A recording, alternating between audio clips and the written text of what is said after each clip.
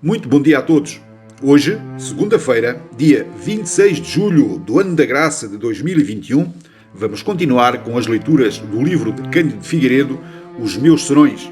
Trata-se, como já falámos, ou como temos falado nos últimos dias, de uma autobiografia, de uma obra póstuma que foi publicada pela Livraria Clássica Editora em 1928.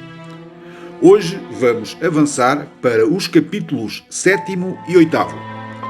Vamos então passar a ler o capítulo 7º, que tem como subtítulo Um Improviso Triunfal. Em 1861, passara efetivamente da minha aldeia para Viseu, a fim de cursar o liceu da cidade. Tinha estudado português e latim com o padre Diniz, mas para os exames destas disciplinas, conveniente era lidar algum tempo com o professorado e os hábitos liceais. O professorado foi-me sempre amável, e quando me anunciaram os exames de 1862, aguardei-os com esperança e sangue frio. Feito o meu exame de instrução primária, seguiu-se, segundo a organização escolar daquele tempo, o exame de português ou de redação, como então lhe chamavam. Neste exame, deu-se um incidente que ficou memorável nos fastos da rapaziada escolar do Liceu Nacional de Viseu. Tirado, à sorte, o ponto para o exercício de redação coube uma descrição das cavalhadas de São João. Aquelas cavalhadas, ou antes borricadas, eram, por ocasião da Romaria de São João da Carreira, festejos muito diletos do povo viziense e já meus conhecidos. O exercício não me oferecia grande embaraço, embora o júri fosse presidido pelo reitor do liceu, que era verdadeiro homem de letras e julgador exigente. Refiro-me ao cônego José de Oliveira Berardo, historiógrafo, sócio da Academia Real de Ciências, amigo de Alexandre Herculano e seu cooperador em investigações de arquivos. Estava eu traçando as primeiras linhas do exercício quando os professores de latim e desenho, respectivamente Padre Joaquim José de Sousa e António José Pereira, artista que se notabilizou em trabalhos de pintura, se abeiraram de mim, intimando-me: faça isso em verso. Em verso? Agora? Neste lugar? Não será isso impossível? Tenha paciência, faça isso em verso. Bem, vou tentar. Tentei e realizei. Terminaram os exames daquele dia e os examinandos saíram da sala, cuja porta se fechou, ficando lá dentro o júri a deliberar. A deliberação não foi rápida e, quando o bedel António Maria de Melo, e agora faço aqui um parênteses, bedel, que era uma palavra que eu não conhecia, o que é um bedel? Um bedel trata-se do empregado de secretaria na universidade ou de outros estabelecimentos de ensino e de instrução. Aponta as faltas dos estudantes e dos professores, entre outras tarefas administrativas. Portanto, é isto que diz aqui o dicionário online Priberan. Continuando aqui no texto e voltando ao princípio do parágrafo para não perdermos aqui o fio à meada. A deliberação não foi rápida e, quando o bedel António Maria de Melo abriu as portas da sala, deixando supor que ia anunciar o resultado dos exames, pronunciou só um nome: o Sr. Cândido Figueiredo. Sou eu. Faça o favor de entrar. Surpreendido e receoso, entrei, fechando-se novamente a porta. O Berardo, presidente do júri, interpelou-me, apontando o meu exercício. Isto é trabalho seu? Sem dúvida, Sr. Cônego. Fê-lo hoje aqui improvisadamente. A culpa não foi minha, mas os senhores professores Sousa e Pereira teimaram que escrevesse eu em verso. Está bem, mas precisamos da contraprova. Por isso, escreva lá o mote. As armas e os barões assinalados? Sim, senhor.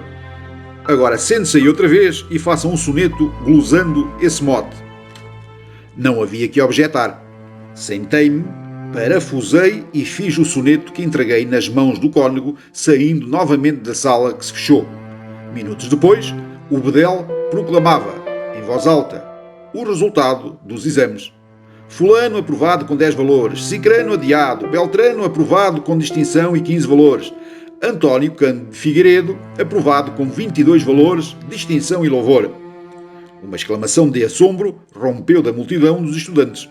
Um dos mais robustos, Luciano Teixeira de Mendonça, que era estudante de farmácia, foi aos loureiros que revestiam as paredes do Largo de Santa Cristina, hoje Largo Alves Martins, cortou muitos ramos, segurou-nos no chapéu, pegou em mim ao colo e comigo deu volta ao largo, acompanhado por alguns centos de estudantes que me aclamavam com entusiasmo.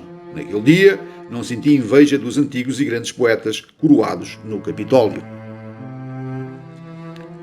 Muito bem, passemos então agora ao capítulo 8º, que tem como subtítulo Um exame sem propinas. Passo a ler. Parece que o professorado do liceu me ficou conhecendo e prezando. Nos exames imediatos, que eram de latim, Eutrópio, Sulpício, Justino e Cornélio, e de latinidade, Tito Livio, Virgílio e Horácio, não topei com dificuldades e fiquei classificado de distinto. Realizados assim os meus primeiros 4 exames, tratei logo de ir gozar férias na minha aldeia e fui despedir-me de alguns professores que mais amáveis me tinham sido. Um deles era o velho professor de latim, António de Sousa Figueiredo, excelente criatura, pai de uns rapazes notáveis e temidos pela sua valentia, um dos quais, Miguel Figueiredo, oficial do exército, até em Lisboa teve fama de valente. Aquele professor, recebendo-me, quis saber: então este ano não faz mais exames? Não, senhor. Mas o Fonseca da Rigueira disse-me que você estudava francês com ele. Como o Fonseca é meu amigo e o português e os latins me deixavam algum tempo livre, pedi-lhe que, num ou noutro dia, menos ocupado, me desse uma liçãozita de francês para que esta disciplina me não tomasse muito tempo no ano próximo. Mas ficou sabendo alguma coisa? Quase nada. Conjugar algum verbo regular, traduzir uma outra frase. Uma insignificância. Propriamente não sei nada. Bem, você ainda não vai hoje para Lobão e amanhã quero vê-lo no liceu, à porta da saída dos exames de francês. Se o Bedel, ao chamar os examinandos, disser o seu nome, não estranhe e apresente-se a exame. Mas Vossa Senhoria está falando a sério? Muito a sério. É que eu não só não me sinto habilitado para tal exame, mas nem sequer o requeri, nem paguei propina e, sem isto, certamente, faça o que lhe digo e deixe o resto por minha conta. Fazer exame sem ter estudado para isso, sem o requerer, sem pagar propina? Mas o Figueiredo intimava e devia saber o que fazia.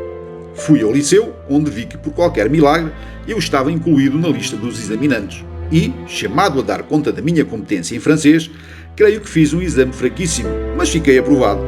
O professor e examinador de francês, Eugênio Fernandes da Silva, irmão do afamado professor portuense Augusto Luz da Silva, não quis contrariar a devoção do seu velho colega Figueiredo e aprovou-me, tendo certamente reprovado muitos que sabiam mais do que eu. Quero crer, e a minha escassa preparação para o exame de francês explicará, até certo ponto, o desamor com que muitas vezes me lembro referido àquela língua, quando bem considero a nefasta influência que ela tem exercido na língua portuguesa. Assim acabamos de ler 2 capítulos do livro Os Meus Serões, de Cândido Figueiredo, o capítulo 7º e 8º desta sua autobiografia. Voltaremos amanhã, em princípio, com mais algum capítulo.